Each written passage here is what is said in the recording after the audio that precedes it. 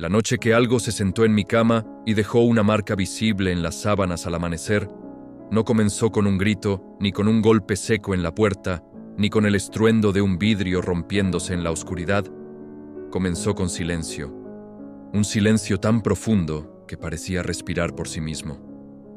Un silencio que no pertenecía a la casa, ni a la madrugada, ni a mí, como si hubiera descendido desde algún lugar que no alcanzo a nombrar, y se hubiera instalado en cada rincón, ocupando el aire, filtrándose por las rendijas, posándose sobre mis párpados cerrados. Eran poco más de las 3, lo supe después cuando intenté convencerme de que todo había sido un sueño, cuando busqué una explicación cómoda que me permitiera seguir viviendo en paz dentro de esas 4 paredes. Pero en ese instante yo no estaba dormido. Tampoco estaba completamente despierto. Estaba suspendido en ese territorio frágil entre la vigilia y el sueño, donde los pensamientos pesan más de lo debido y el cuerpo se hunde en el colchón como si fuera arena húmeda, donde uno escucha su propia respiración amplificada y cada latido retumba como un golpe sordo en la madera interna del pecho. Abrí los ojos sin saber por qué, sin ruido previo, sin advertencia, sin sombra cruzando la pared, solo con una certeza inexplicable que se deslizó por mi conciencia como una aguja helada. La sensación inequívoca de que ya no estaba solo. Mi habitación permanecía sumida en penumbra. La cortina apenas dejaba filtrar la luz lechosa de la luna que dibujaba contornos imprecisos sobre los muebles.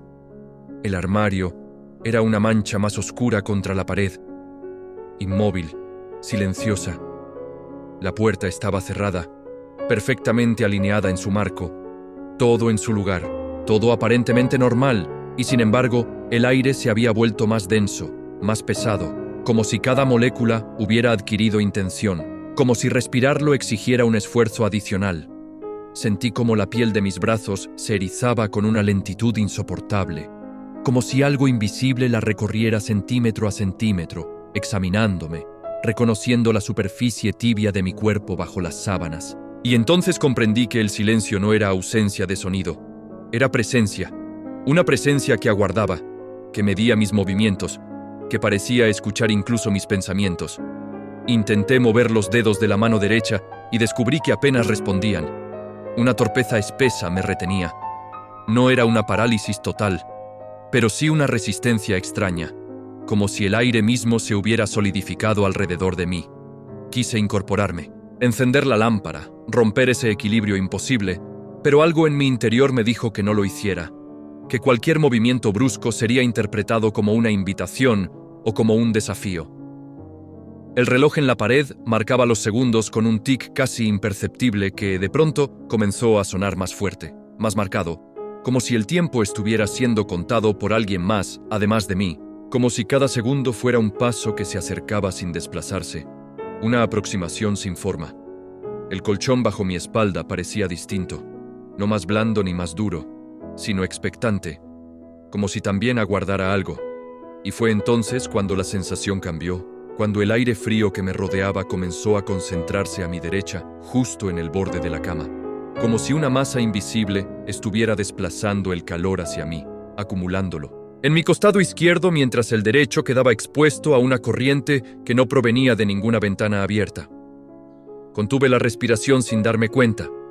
Mi oído se tensó buscando un sonido que justificara lo que estaba sintiendo, pero no hubo pasos, no hubo crujidos en el suelo, no hubo roce de tela contra tela, solo esa presión creciente, esa expectativa que se volvió casi tangible, y en medio de esa quietud absoluta sentí, con una claridad que me atraviesa todavía al recordarlo, una leve variación en el equilibrio del colchón, una inclinación mínima, casi imperceptible, como cuando alguien apoya la mano para sostenerse antes de sentarse.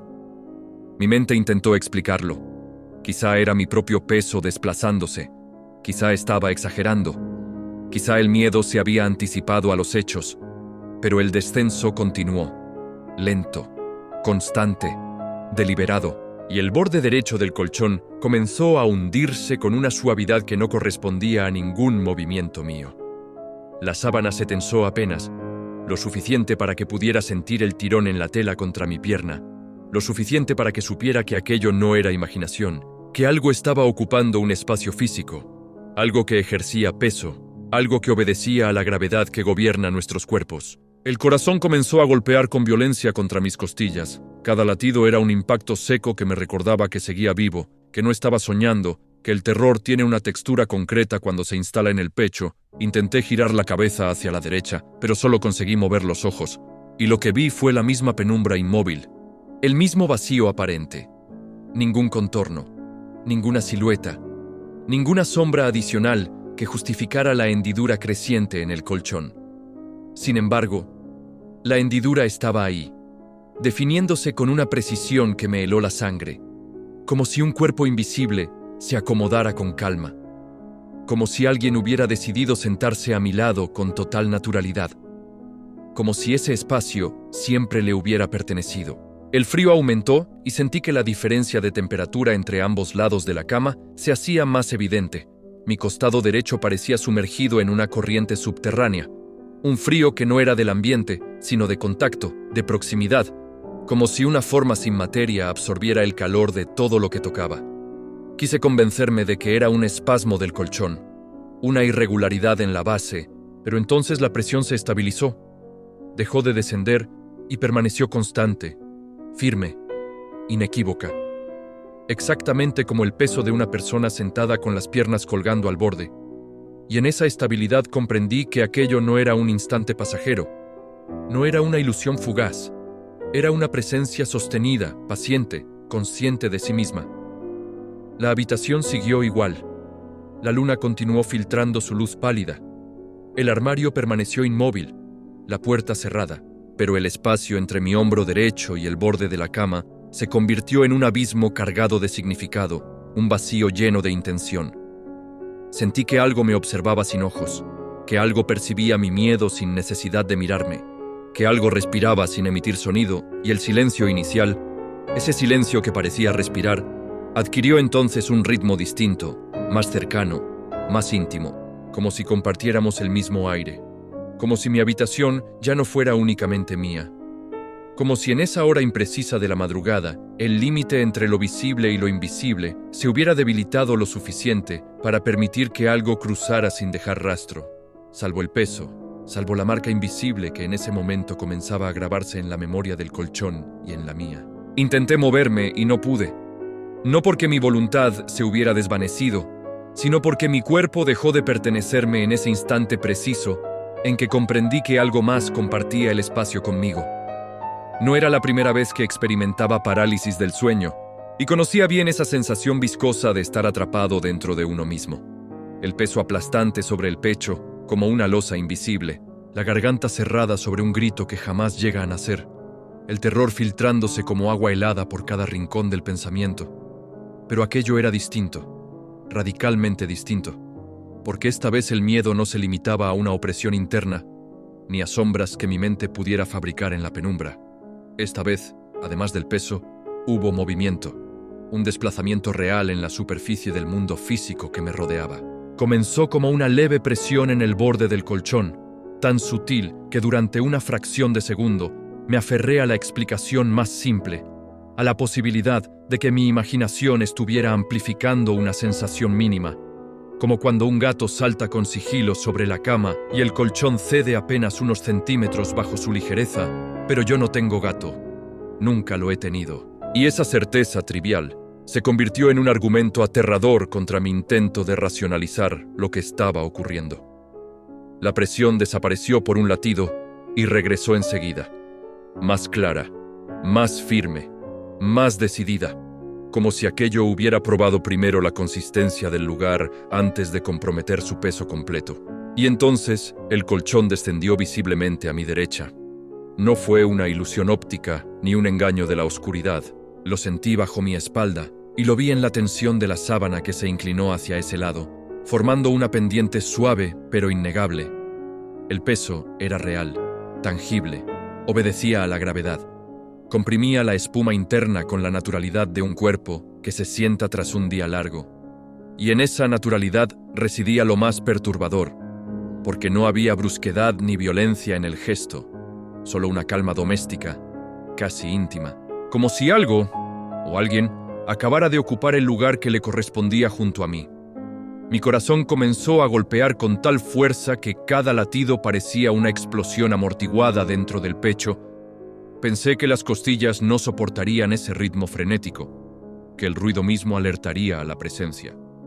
Si es que necesitaba alertarse, intenté girar la cabeza hacia la derecha para enfrentar aquello que se atrevía a sentarse en mi cama sin permiso. Pero el cuello respondió con una rigidez absoluta y apenas conseguí mover los ojos, lentamente, con un esfuerzo que me hizo sentir el temblor microscópico de los músculos oculares. Y lo que vi fue el vacío, un espacio aparentemente desocupado, sin contornos, sin siluetas, sin sombras adicionales que justificaran la hendidura cada vez más pronunciada en el colchón.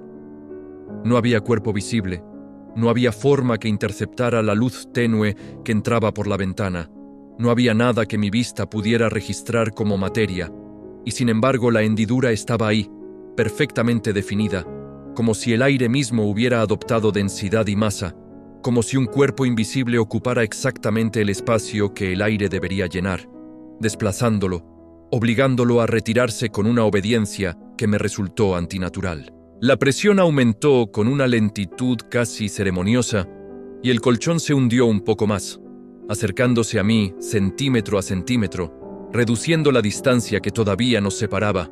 Sentí cómo la tela de la sábana rozaba mi muslo con una caricia involuntaria, cómo el peso ajeno desplazaba el calor de mi propio cuerpo y lo empujaba hacia el lado opuesto, creando un contraste térmico tan claro que podría haberlo medido con la palma de la mano si hubiera podido moverla. El frío que emanaba de ese punto no era el frío neutro del ambiente nocturno. Era un frío impregnado de algo antiguo, como si arrastrara consigo el recuerdo de lugares donde la luz no entra. Y entonces llegó el olor, primero tenue, apenas perceptible, luego más definido, un aroma antiguo y húmedo, semejante a la madera encerrada durante décadas en una habitación sellada, a la tierra removida después de la lluvia en un cementerio olvidado, a las páginas de un libro guardado demasiado tiempo en un sótano sin ventilación. No era un olor desagradable en el sentido convencional, no provocaba náusea ni rechazo inmediato, pero estaba cargado de edad, de una antigüedad que no se mide en años, sino en abandono, en silencio acumulado, en historias que nadie se atreve a contar en voz alta. Mi mente, desesperada por sobrevivir a la lógica del horror, buscó explicaciones químicas, evocó recuerdos de humedad en las paredes, de tuberías viejas, de ropa guardada demasiado tiempo, pero ninguna de esas hipótesis lograba sincronizarse con el peso constante a mi lado, con la hendidura visible que seguía marcando la sábana, con la certeza física de que el colchón soportaba una masa adicional. Quise cerrar los ojos, fingir que, si no veía, tampoco sería visto, que la negación podría deshacer lo que estaba ocurriendo. Pero algo en mi interior me obligaba a mirar, a mantener la vigilancia, a presenciar aquello como si mi supervivencia dependiera de no apartar la mirada. Necesitaba confirmar que no era una alucinación nacida del cansancio ni una pesadilla particularmente vívida. Necesitaba ser testigo consciente de cada segundo para no perderme en la excusa cómoda de la irrealidad. El silencio se volvió más espeso a nuestro alrededor. Ya no era solo ausencia de sonido, sino una especie de membrana que nos aislaba del resto del mundo, como si la habitación hubiera quedado suspendida fuera del tiempo ordinario, y en medio de esa suspensión, la presencia pareció acomodarse ligeramente, un ajuste mínimo que hizo crujir apenas la estructura interna del colchón, un sonido tan leve que podría haber pasado desapercibido en cualquier otra circunstancia, pero que en ese momento resonó en mi mente como un trueno contenido. Comprendí entonces que no estaba frente a un fenómeno fugaz ni a un simple espasmo de mi percepción. Estaba compartiendo el espacio con algo que interactuaba con la materia, que obedecía a las leyes físicas lo suficiente como para hundir la cama y desplazar el aire, pero que escapaba por completo a las leyes de la vista. Y esa contradicción, esa coexistencia entre lo tangible y lo invisible, fue lo que terminó de fracturar la frágil barrera de mi calma. Porque si algo puede sentarse a tu lado sin ser visto, si puede oler a pasado y sentirse frío como una cripta abierta, entonces la realidad deja de ser un territorio seguro y se convierte en un escenario donde cualquier sombra puede adquirir peso sin previo aviso. El borde del colchón crujió con un sonido bajo y prolongado, que no se pareció al crujido casual de la madera fatigada, ni al ajuste inocente de los resortes cuando uno cambia de postura. Fue un crujido lento, medido, deliberado, como si aquello que ocupaba el espacio invisible a mi derecha hubiera decidido acomodarse mejor, asentarse con mayor firmeza, adoptar una posición más cómoda en la cama que hasta ese instante había sido únicamente mía, y en esa decisión implícita hubo una intención que me atravesó como un relámpago frío, porque implicaba conciencia, implicaba voluntad, implicaba que no se trataba de una simple manifestación azarosa, sino de algo que evaluaba y actuaba. El sonido no fue fuerte, pero en el silencio absoluto de la habitación resonó como una declaración, como la confirmación inequívoca de que el peso no solo estaba ahí, sino que interactuaba con la estructura misma del mundo físico, y antes de que pudiera procesar por completo esa certeza, sentí algo más, una presión leve en el hombro derecho, tan precisa y localizada que anuló cualquier intento de negación. No fue un golpe, ni un empujón, ni una fuerza brusca que me sacudiera con violencia. Fue, por el contrario, un contacto cuidadoso, casi delicado, como una mano apoyándose con moderación sobre mí, como si buscara equilibrio, o tal vez reconocimiento, y esa suavidad fue infinitamente más perturbadora que cualquier agresión habría podido ser, porque en ella había una calma que no encajaba con mi terror, una serenidad que contrastaba con el frenesí descontrolado de mi corazón. La presión aumentó apenas lo suficiente para que pudiera distinguir la forma implícita de unos dedos, no visibles, no tangibles en el sentido convencional, pero sugeridos por la distribución del peso, por la manera en que el punto de contacto se expandía y se ajustaba a la curvatura de mi hombro, y el frío que emanaba de ese contacto atravesó la tela de mi camiseta sin resistencia, no como el frío del aire nocturno que se posa superficialmente sobre la piel, sino como un frío con dirección, con propósito, un frío que parecía penetrar capa tras capa hasta alcanzar algo más profundo que la carne. No era simplemente ausencia de calor. Era una temperatura que parecía absorber, que parecía extraer de mí algo invisible, como si cada segundo de contacto implicara una transferencia silenciosa que no podía comprender. Y en ese instante, supe que aquello no solo estaba sentado a mi lado, sino que había decidido tocarme. Quise gritar. Juro que quise hacerlo con toda la fuerza que me quedaba. Quise romper el silencio con un alarido que despertara a los vecinos, que fracturara la noche, que obligara a la realidad a reaccionar ante lo imposible. Pero mi garganta traicionó mi voluntad y apenas logró producir un sonido ahogado, insignificante, un suspiro quebrado que se disolvió antes de alcanzar el aire, como el murmullo de alguien que se rinde sin haber librado batalla. Sentí la vibración inútil de mis cuerdas vocales, la tensión desesperada de mis músculos intentando obedecer, pero la parálisis me mantenía prisionero dentro de mi propio cuerpo, consciente de cada sensación y absolutamente incapaz de modificarla. Las lágrimas comenzaron a acumularse en mis ojos abiertos sin que pudiera parpadear, formándose en el borde inferior de mis pestañas como pequeñas esferas brillantes que distorsionaban la escasa luz de la luna. Y esa imposibilidad de cerrar los ojos, de protegerme siquiera con la oscuridad voluntaria, intensificó la sensación de exposición total, como si estuviera siendo observado desde una cercanía insoportable. La presión en el hombro no desapareció, no se retiró al notar mi terror, al contrario, permaneció firme durante unos segundos que se estiraron hasta convertirse en una eternidad suspendida, y luego, con una lentitud casi estudiada, comenzó a deslizarse hacia mi espalda. No fue un movimiento brusco ni errático, fue un recorrido calculado, continuo, como la caricia inversa de algo que conoce perfectamente la anatomía humana, que sabe dónde empieza el hombro y dónde se curva la escápula, que reconoce la topografía del cuerpo aunque carezca de forma visible. Cada milímetro de ese desplazamiento dejó tras de sí una estela de frío más intenso, como si marcara el trayecto con una tinta helada que mi sistema nervioso no podía ignorar, y la sensación de que aquello se inclinaba sobre mí se volvió cada vez más evidente. El colchón volvió a emitir un leve quejido bajo el cambio de peso, un ajuste mínimo que sugería que la presencia acercaba su centro hacia mi espalda, reduciendo la distancia entre su origen invisible y mi oído expuesto. Pude imaginar, sin verlo, el gesto implícito de algo que se aproxima para susurrar.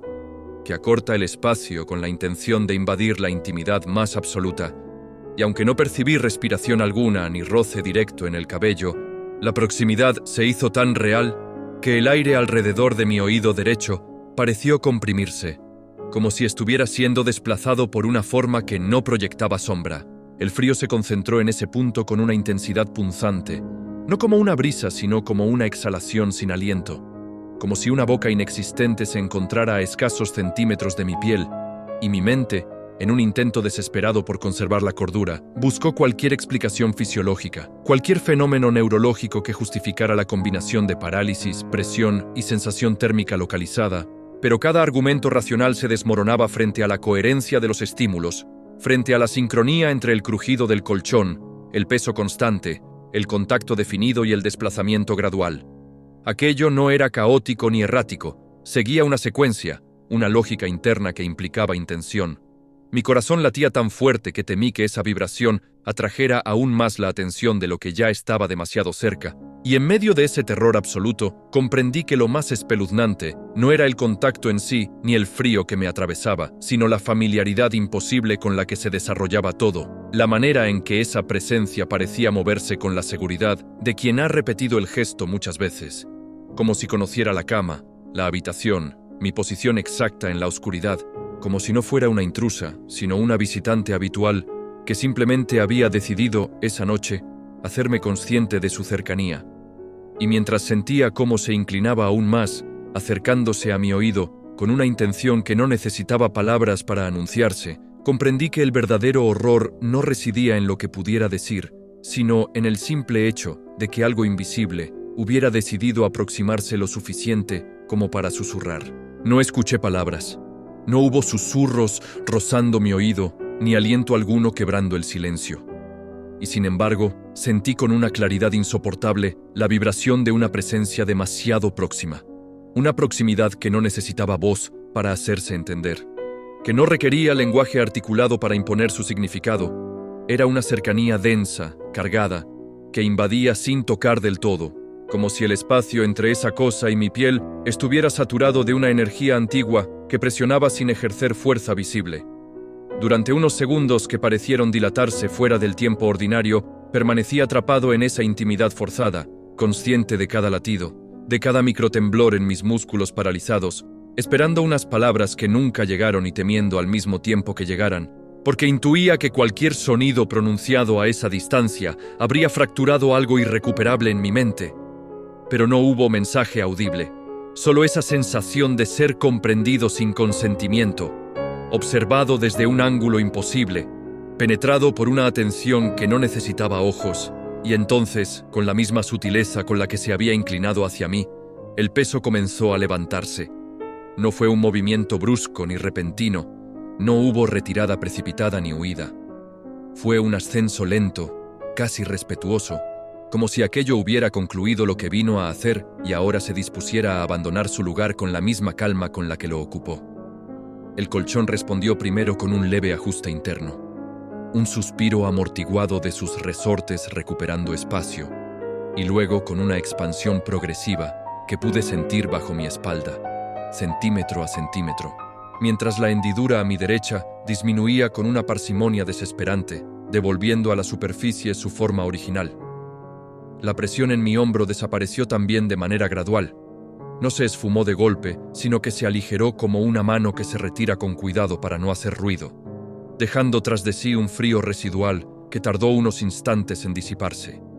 Y el aire, que hasta entonces parecía inmóvil y compacto, volvió a fluir con una naturalidad casi ofensiva, como si nada extraordinario hubiera ocurrido.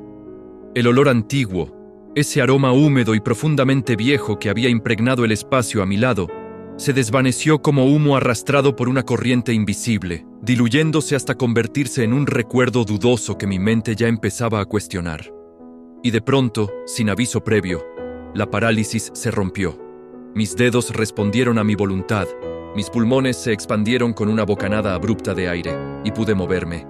Me incorporé de golpe, jadeando como si emergiera de una inmersión prolongada, empapado en sudor frío que pegaba la tela de mi camiseta a la piel, con el corazón aún desbocado y la sensación persistente de que algo acababa de retirarse apenas un segundo antes de que lograra girar la cabeza por completo. Mis manos temblaban de manera incontrolable mientras buscaban el interruptor de la lámpara en la mesa de noche, y cuando por fin la luz inundó la habitación con su claridad amarillenta y vulgar, la escena resultó casi insultante en su normalidad. La cama, las paredes, el armario, la puerta cerrada, todo estaba en su lugar, inofensivo, ridículamente común, como si la habitación se burlara de mi terror reciente. No había sombras adicionales, ni marcas evidentes, ni señales de intrusión, solo el orden cotidiano de un espacio que parecía incapaz de albergar lo que acababa de suceder. Me reí entonces, y esa risa salió de mi garganta con un tono quebrado, demasiado agudo, demasiado breve, la risa nerviosa que usamos para negar lo imposible, para envolver el miedo en una capa de ironía que lo haga manejable. Sí, me reí, como si al hacerlo pudiera desactivar el recuerdo, como si el sonido trivial de mi propia voz fuera suficiente para devolverme al territorio seguro de las explicaciones racionales. Me repetí, casi en voz alta, que había sido un episodio más de parálisis del sueño, que mi cerebro, atrapado entre la vigilia y el descanso, había fabricado sensaciones convincentes, que la mente es capaz de generar presión, olores, incluso la ilusión de movimiento cuando se encuentra bajo estrés. Enumeré mentalmente artículos leídos, teorías neurológicas, testimonios similares, cualquier argumento que transformara lo vivido en un fenómeno conocido y estudiado.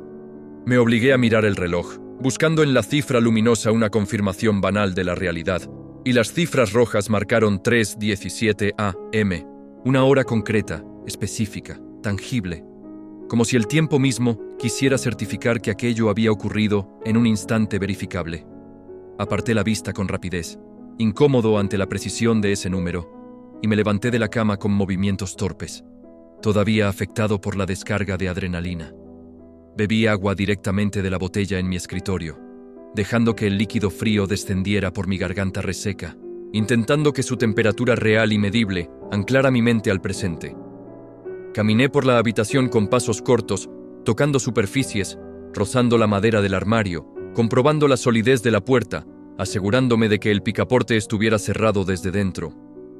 Abrí el armario con un impulso brusco y observé la hilera ordenada de ropa colgada, inmóvil, incapaz de ocultar nada más que telas y perchas. Me agaché y miré debajo de la cama, esperando quizá encontrar una explicación absurda que justificara el peso, algún objeto caído, alguna irregularidad en la estructura, pero no había nada, absolutamente nada, solo el suelo limpio y la sombra proyectada por la luz artificial.